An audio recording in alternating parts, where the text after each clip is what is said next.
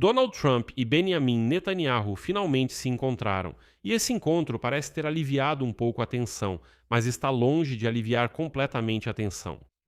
No dia 28 de julho, no Salão Oval da Casa Branca, aconteceu uma reunião entre o presidente do ZEUA, Donald Trump, e o primeiro-ministro de Israel, Benjamin Netanyahu.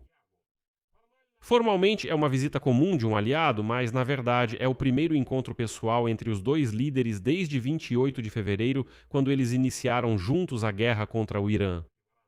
Pense bem, durante toda a guerra contra o Irã, eles não se encontraram pessoalmente. Nos últimos 5 meses de guerra, muita coisa já mudou. A guerra, que prometeram terminar em algumas semanas, se arrastou. O relacionamento entre Trump e Netanyahu esfriou consideravelmente e as divergências entre eles vieram a público. A importância desse encontro está em ocorrer em um momento em que o ZEUA e Israel veem de forma absolutamente diferente como e com o que a guerra contra o Irã deve ser encerrada. Neste episódio, vamos analisar o que se sabe sobre os resultados do encontro pessoal entre Trump e Netanyahu, o que dizem as mídias israelenses e americanas, e por que a ala direita dos apoiadores de Donald Trump está observando atentamente esse encontro. Meu nome é Alexei Petty e vamos discutir isso juntos. Mas antes de começarmos, peço que você se inscreva-se neste canal do YouTube. Estamos chegando à marca de 300 mil inscritos, então vou ficar muito agradecido por cada inscrição sua. Então, de acordo com a Casa Branca, a reunião começou às 11h03 no horário do leste, logo após o encontro entre Trump e Zelensky, e durou cerca de 1h30. Netanyahu, como observa aqui, por exemplo, Al Jazeera, entrou na Casa Branca pela entrada lateral na ala oeste, sem nenhuma cerimônia. As negociações foram a portas fechadas, sem imprensa, como ocorreu entre Zelensky e Trump. Como disse no episódio anterior, bem, é óbvio que aqui na Casa Branca decidiram manter esses encontros fechados para não desviar a atenção do evento de hoje, em particular da cerimônia de despedida do falecido senador Lindsey Graham. Além dos próprios líderes no Salão Oval, a julgar pelas fotos divulgadas pelo gabinete de Netanyahu, compareceram o vice-presidente do ZEUA, J.D. Vance, o secretário de Estado Mark Rubio e o ministro da Defesa Pete Hegseth. Aliás, esse trio é bem representativo. As avaliações oficiais dos resultados são moderadamente positivas, digamos assim. A secretária de imprensa da Casa Branca, Karoline Leavitt, escreveu na rede social X o seguinte em um post curto. O presidente Trump concluiu suas reuniões no Salão Oval com o presidente Zelensky e o primeiro-ministro Netanyahu. Ambas as reuniões foram positivas e produtivas, ponto final. E depois um funcionário israelense, familiarizado com as negociações, repetiu essa avaliação à CNN, chamando a reunião, abre aspas, muito positiva, realizada em um bom clima, junto com os membros seniores da administração. Nem a Casa Branca, nem o gabinete do primeiro-ministro Netanyahu revelam detalhes substanciais dessas negociações. E segundo a CNN, as partes discutiram a guerra no Irã, o andamento das negociações com o Líbano e a ampliação dos acordos de Abraão com a Arábia Saudita. E aqui é importante entender por que afinal esse encontro entre Trump e Netanyahu foi descrito como potencialmente tenso. O desentendimento entre Trump e Netanyahu, no final de julho, deixou de ser algo nos bastidores, todo mundo já falava abertamente sobre isso. Chegou ao ponto de Netanyahu, lembro, um mês antes, declarar que Israel não precisava mais de nenhuma ajuda militar dos Estados Unidos da América. E hoje Trump literalmente declarou que não precisa de nenhum dado de Israel para atacar, por exemplo, o Monte Kirk no Irã. Poucas horas antes das negociações, Trump deixou claro ao vivo na Fox News que é muito cético em relação à posição do primeiro-ministro israelense, quando se falou que Netanyahu pretende então apresentar ao presidente americano dados de inteligência israelenses sobre uma instalação nuclear subterrânea do Irã, o chamado Monte Kirk. Trump respondeu, cito, "Não preciso que Bibi me conte isso, nós mesmos damos conta." Ainda antes, comentando as divergências sobre o Irã, Trump formulou assim: "Temos uma pequena diferença, mas no geral estamos bastante próximos." E, na mesma conversa, Trump lembrou Israel de sua dependência dos Estados Unidos da América, respondendo às objeções israelenses contra a retomada do programa F-35 com a Turquia. Citação: Para ser sincero, somos muito gentis com muitos países que não sobreviveriam sem nós. E sabe quem não sobreviveria sem nós? Israel. O cerne das divergências pode ser resumido em um único parágrafo, para que tudo fique claro e definitivamente cristalino. Netanyahu, desde o início, defendeu a continuação das ações militares contra o Irã e seu aliado Hezbollah no Líbano, mas foi deixado em segundo plano depois que Trump começou a buscar um acordo com Teherã. Foi Netanyahu quem, em fevereiro, convenceu Donald Trump de que havia chegado o momento para uma mudança de regime no Irã. E 5 meses depois, a guerra ainda não acabou. E a ala dura do regime iraniano, pelo contrário, fortaleceu suas posições. E não se fala em rendição agora, e Trump está claramente irritado com Netanyahu por causa disso. Como a mídia israelense avalia o encontro? Aqui a situação é distinta e reveladora. Citarei algumas frases. O tom desse encontro é claramente mais preocupante que o divulgado pela mídia israelense. Por exemplo, o analista político Amit Sigal escreveu o seguinte no jornal Israel Hayom: os americanos dão a entender aos israelenses que são eles que estão conduzindo a guerra. Está claro para todos que Israel foi colocado no banco de trás. O comentarista do jornal Maariv, Ben Caspit, foi ainda mais incisivo. E ele escreve o seguinte: perdemos a América. Obrigado, Bibi.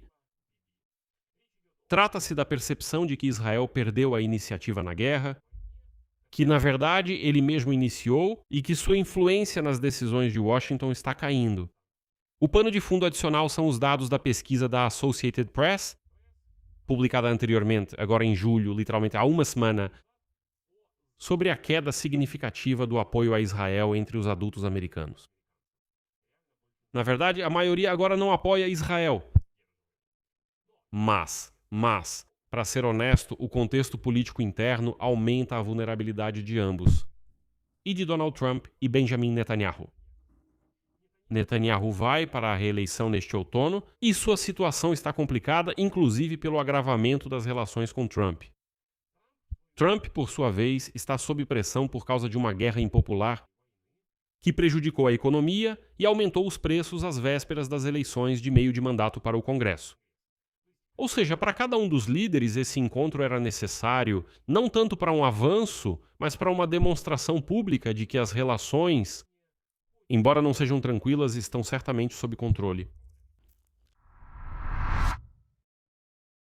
Agora, sobre por que essa reunião entre Netanyahu e Trump foi especialmente acompanhada de perto pela ala direita dos apoiadores de Trump, o movimento MAGA, Make America Great Again.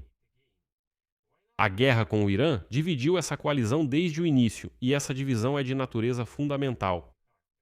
Uma parte significativa dos influentes comentaristas de direita são isolacionistas, que acreditam que os eleitores apoiaram Trump justamente pela promessa de não envolver de forma alguma os Estados Unidos da América em guerras alheias, não começar novas guerras e acabar com o maior número possível de guerras no mundo todo, e no geral finalmente se concentrar exclusivamente nos assuntos internos dos americanos. Dizem que não é preciso nem olhar para o que está acontecendo no resto do mundo, por isso são chamados de isolacionistas. A voz mais alta desse grupo é o ex-apresentador da Fox News, Tucker Carlson. No fim de fevereiro, nos primeiros dias da guerra, ele declarou o seguinte, cito, "Isso ocorreu porque era o que queriam. Israel, essa é a guerra de Israel, não é a guerra dos Estados Unidos." Carlson chamou a campanha militar dos Elaiua de baseada em mentiras e resultado da manipulação de Netanyahu. Mais tarde, quando Trump ameaçou atacar a infraestrutura civil do Irã, Carlson chamou isso, cito, de crime de guerra. Outras figuras também do campo midiático de direita se juntaram a ele. São Megyn Kelly, Candace Owens e, por exemplo, Alex Jones. Esses também são alguns dos representantes mais extremistas do movimento MAGA, e todos eles começaram a criticar Trump em uníssono.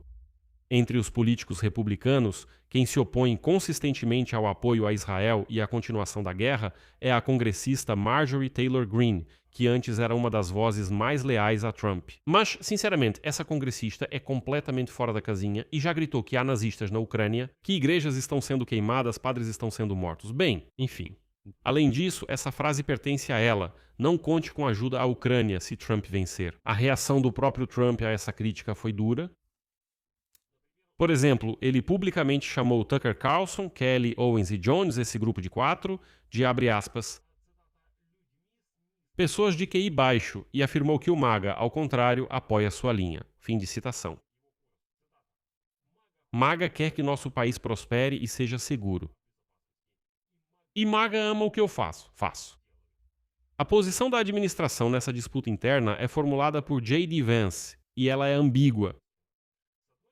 Por um lado, ele é um dos poucos no círculo de Trump que, nas últimas semanas, se permitiu criticar Israel. Por outro lado, foi justamente Vance quem anteriormente alertou diretamente às autoridades israelenses que Donald Trump é, abre aspas, o único líder mundial que simpatiza com Israel, e lembrava que 2/3 das armas defensivas que protegem sua pátria foram construídos pelas mãos dos americanos e pagos pelos contribuintes americanos.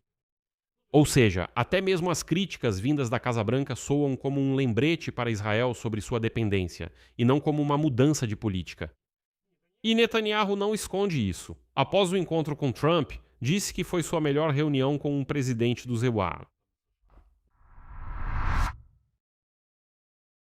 O que tudo isso significa para cada uma das partes? Para Israel, o principal resultado não está em acordos específicos, mas no fato confirmado.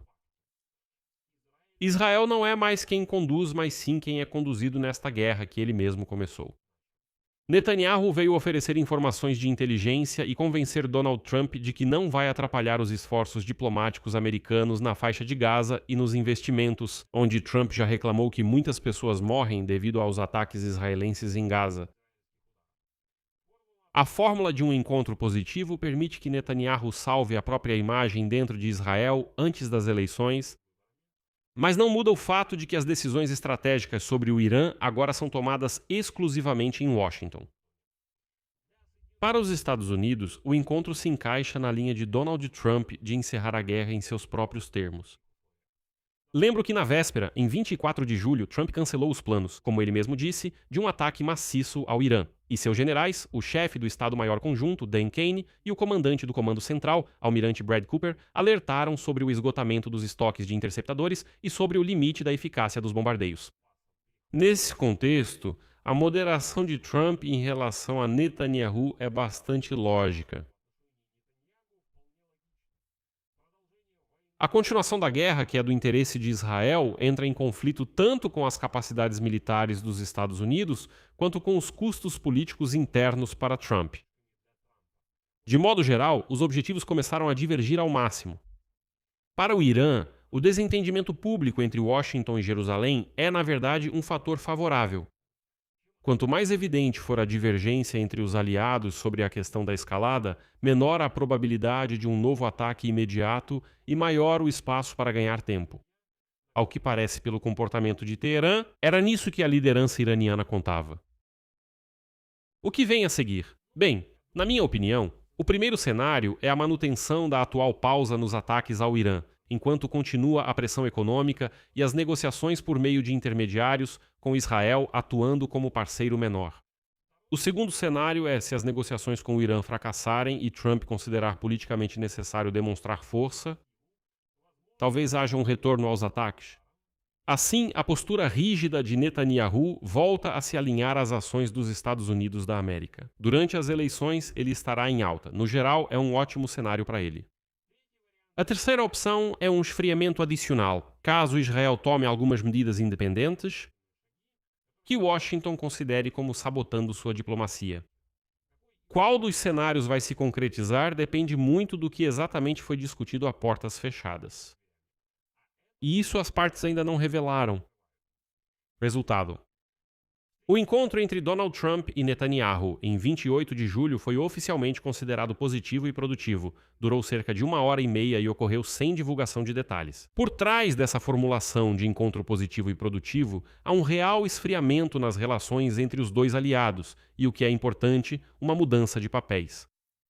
Israel, que iniciou a guerra contra o Irã, acabou ficando em segundo plano, como admitem abertamente comentaristas israelenses. Para Donald Trump, a guerra se tornou, ao que me parece, um problema político interno e motivo de divisão dentro do seu próprio campo, onde vozes conservadoras influentes exigem que os Estados Unidos não se envolvam ainda mais nesse conflito. Ao que tudo indica, o encontro era necessário para ambos os líderes, principalmente para demonstrar controle sobre a situação diante de seus eleitores e não para anunciar algum novo rumo conjunto, não. Ninguém nega que existam divergências, mas era preciso que Bibi mostrasse aos seus eleitores, e Trump aos dele, que vejam sim, há um conflito, mas tudo está sob controle, tudo é controlável e não haverá problemas.